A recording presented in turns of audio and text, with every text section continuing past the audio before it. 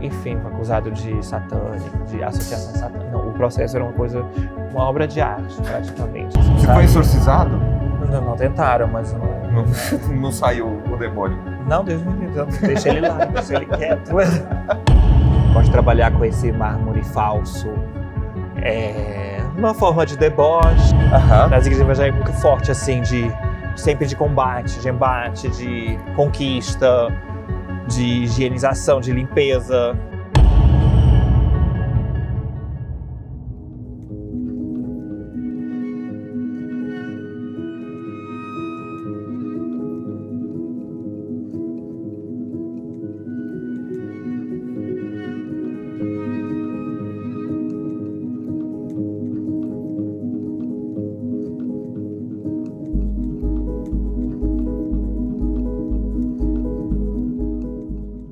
Estamos finalmente aqui no pavilhão suíço da Bienal de Veneza, ainda em obras, né?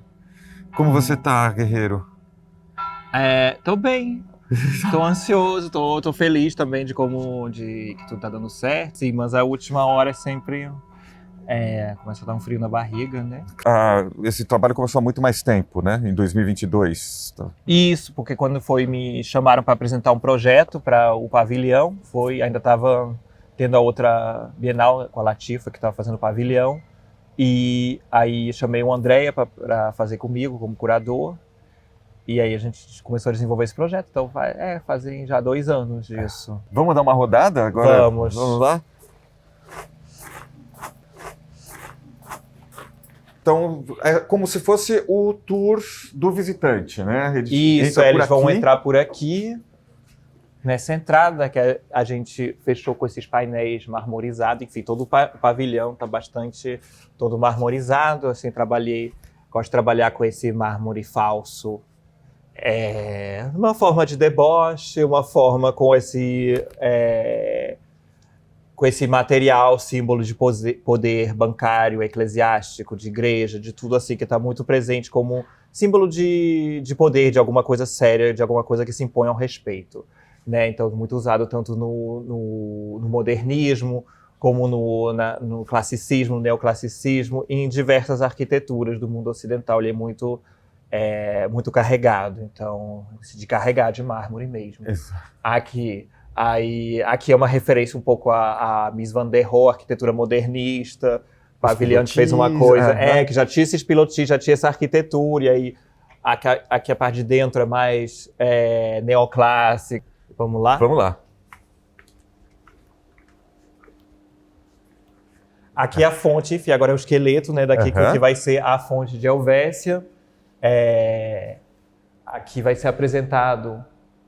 Vocês vão ver depois, né? Vai ter as imagens é um planetário, que é o antigo, assim, eu já tinha feito uma experimentação com isso lá no planetário do Ibirapuera em 2018. Sim. Mas agora... De onde vem esse domo? Da Ucrânia. Da Ucrânia? Eles são muito bons. Aqui é a fonte, enfim, aqui tem a fonte e tem a reserva, né?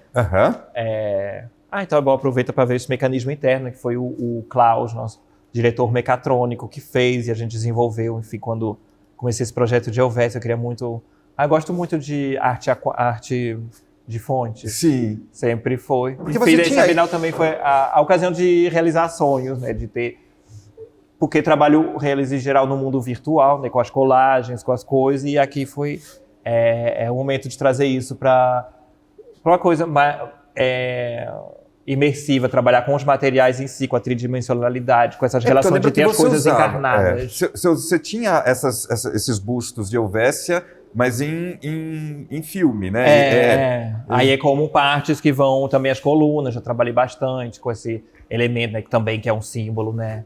Hoje a gente vê em todas as partes, né, como esses símbolos neoclássicos, né, do Império Romano foram reciclados para um ideal de supremacia superficcional branca, assim, toda essa construção desse ser, né, sempre se espelhando nessas referências clássicas. Então aqui também foi uma brincadeira, né, com essas colunas, né, de trazer esse ambiente pomposo, assim, de excesso de pompa quase, mas também bem frágil, né, porque é papel de parede, coluna, elas são assim, né, tudo Assim, são sólidos, são bem feitos. Você falou uma vez, até para uma entrevista para a gente, para a Suissinfo, que o teu trabalho é feito de acumulações, né? Sim. Que você vai, como se diz, evoluindo as ideias e vai buscando imagens. Eu vi que tem também, você pegou coisas também de outros trabalhos seus e construiu uma nova narrativa aqui. É porque, na verdade, é tudo o mesmo trabalho, né? Que esse Atlas Superficcional Mundial que eu comecei, que é desde 2004, que fez 20 anos esse ano. Que era o projeto da faculdade ainda. Que começou na faculdade, que não chamava assim, né? Que eu não sabia que estava fazendo, mas já estava fazendo essa pesquisa, né? E essas superficções e construindo essas alegorias já da época da faculdade, que comecei com a Batalha de Bruxelas, o Super Rio também, naquela época. E então eles vão se conectando, porque tem temáticas, né, que atravessam todas as... Por exemplo, que a gente vai ver ali no... Não sei se a gente pode ir ali direto.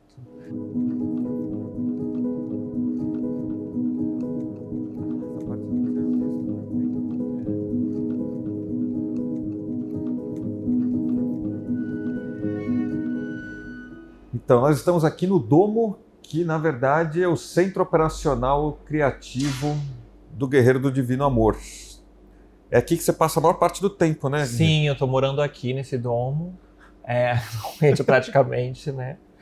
E porque é muito bom, porque né, são os arquivos em 2D que a gente transforma nesses arquivos tridimensionais. Enfim, tecnicamente é bem complexo. É muito bom ter tido esse período para entender, porque é um formato novo para mim, um sonho também, e de trabalhar com essa cosmogonia.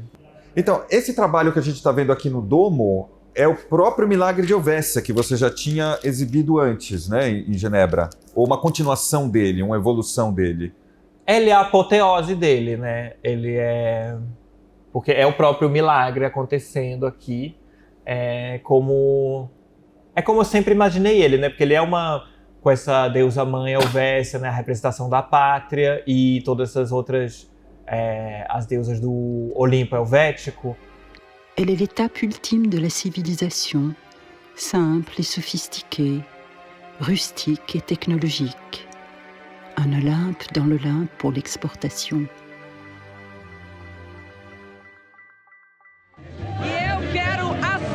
Secreta desse cofre, a senha secreta que é uma invenção suíça. Eu quero essas moedas aqui, me dá a tua senha? Eu não posso, a senha é secreta. Então a gente aqui é quase como, né, o corredor matrimonial.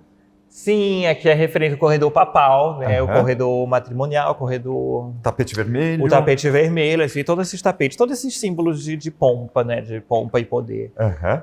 Os mármores que vão... Então, esse corredor que vai levar a loba, ao holograma. E quem é a loba?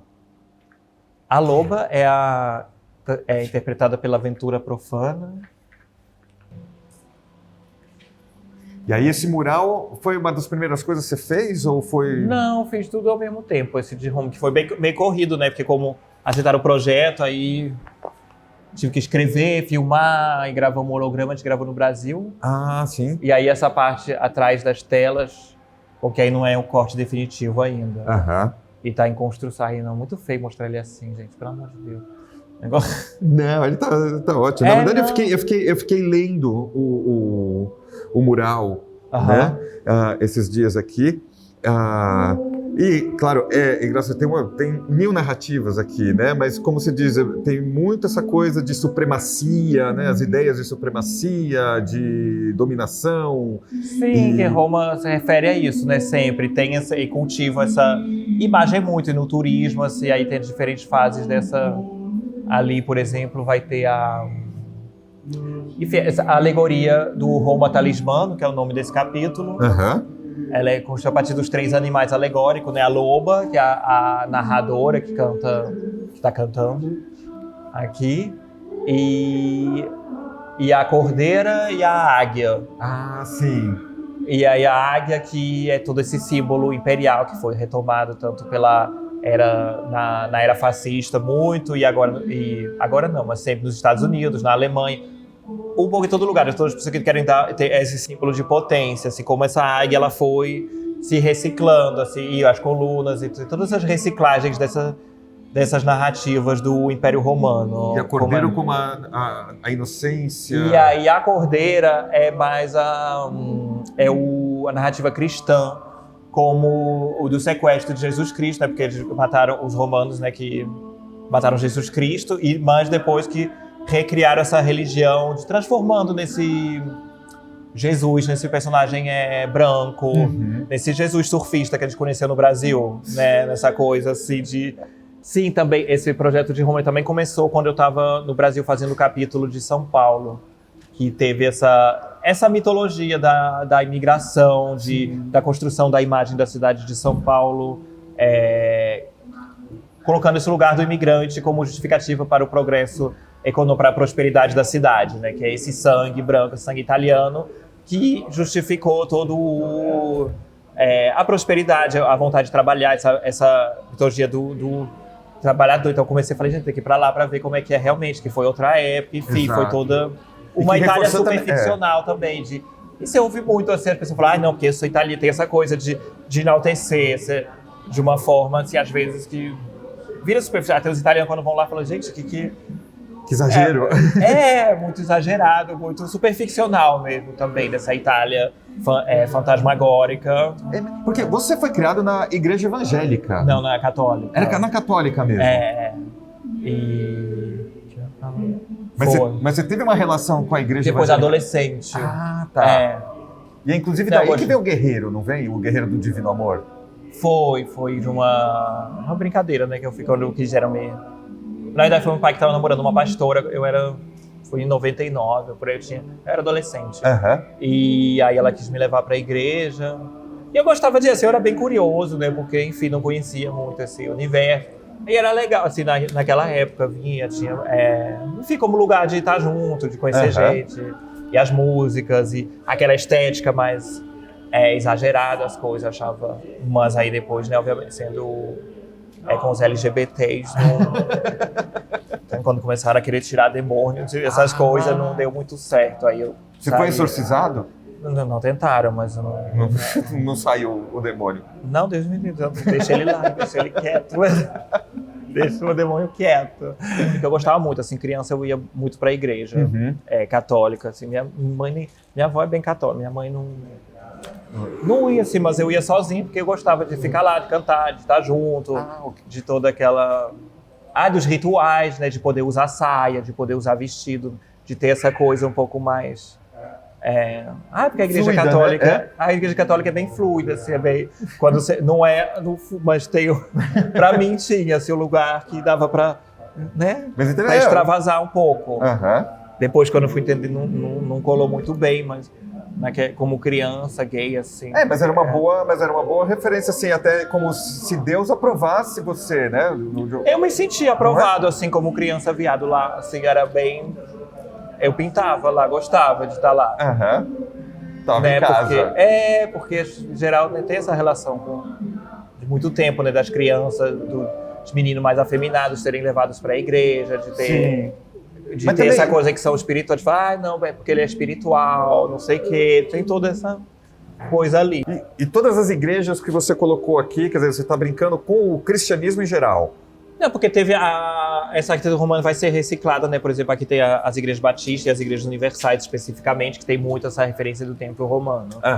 E esse capítulo fala mais de catolicismo. O outro capítulo, Milagre de Helvécia, ele fala, né, de ter a Calvina, que também é interpretada pela Ventura, que aí fala dessa junção, né, como do protestantismo, como ele foi, como ele nasceu e fez essa junção, criou as bases para o capitalismo, né? De ganhar dinheiro, de não ser mais um pecado, de enriquecer como sinal de devoção a Deus, que é toda a base da teologia da prosperidade, né? Que a gente encontra nas igrejas neopentecostais. Exato. Então aí foi lá que em Genebra que aconteceu, né? Dessa austeridade, que hoje em dia não é tão austeridade fachada, né? Mas que lá teve, que ainda se encontra. Então tem esse personagem da Calvina, que é bem central nessa transformação. E justamente por isso. E de criar essa coisa matemática do tempo milimétrico, né, do tempo ser uma dádiva de Deus e ser pecado perder o tempo, o ócio, e de ter que ser produtivo, da produtividade como forma de honrar a Deus e ao Senhor. Então isso foi muito uma coisa que espiritualmente se desenvolveu na Suíça e depois se espalhou, né, muito pela Holanda, Estados Unidos, e foi se transformando. Mas acho que ficou muito assim no DNA de hoje, da sociedade hoje, assim, de ter essa coisa quase que virou interna, assim, de ganância, culpa, ganância, de ter que produtividade, de servir.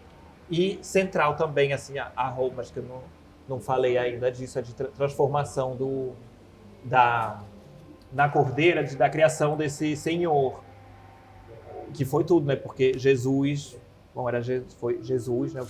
Acho muito, muito importante, essa história é maravilhosa, mas não é uma mensagem patriarcal. E ali foi em Roma que virou esse pai, esse senhor. Assim, eu nunca vi tanto macho quanto em Roma. Assim, e ela que vem, né, de um país muito machista. Enfim, o Brasil é muito machista. Mas aqui na Itália se tem de busto, essa quantidade, essa overdose de bustos, de estátuas. E também na própria sociedade, assim, as relações, assim, foi bem, muito... Que continuam, né? Continua. Isso é a frase final, assim, eu fiz para fazer o teste, né? Mas aqui vão ser as legendas aqui. É o Roma, o eterno vulcão de água sanitária, espiritual e visual. Que é essa metáfora, né, de Roma como esse vulcão que vai embranquecer a espiritualidade visualmente e as artes, né, de criação dessa identidade branca. Tanto espiritual como visual, cultural. E aí, quando a gente sai aqui, a gente vai ter, depois a gente vai ter a grande surpresa, né, ali vai ter a estátua, né, que tá coberta agora.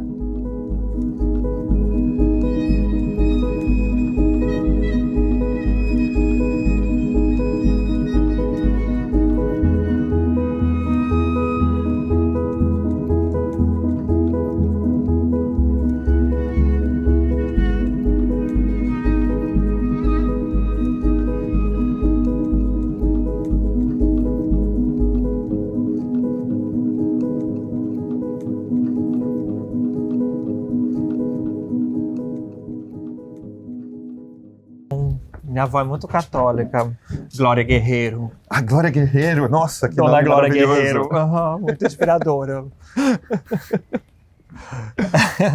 Me ensinou muito sobre tudo. Sobre tudo. Por exemplo, todo o figurino do Milagre de Helvécia eu roubei dela. Ah, sério? Porque ela tem essas roupas pomposas executivas, assim, ela tem realmente... E, cara, essa coisa de guerra, Glória Guerreiro faz jus ao nome. De guerreira social, desses escudos, dessa roupa, assim, desses figurinos. Olha. Da elegância.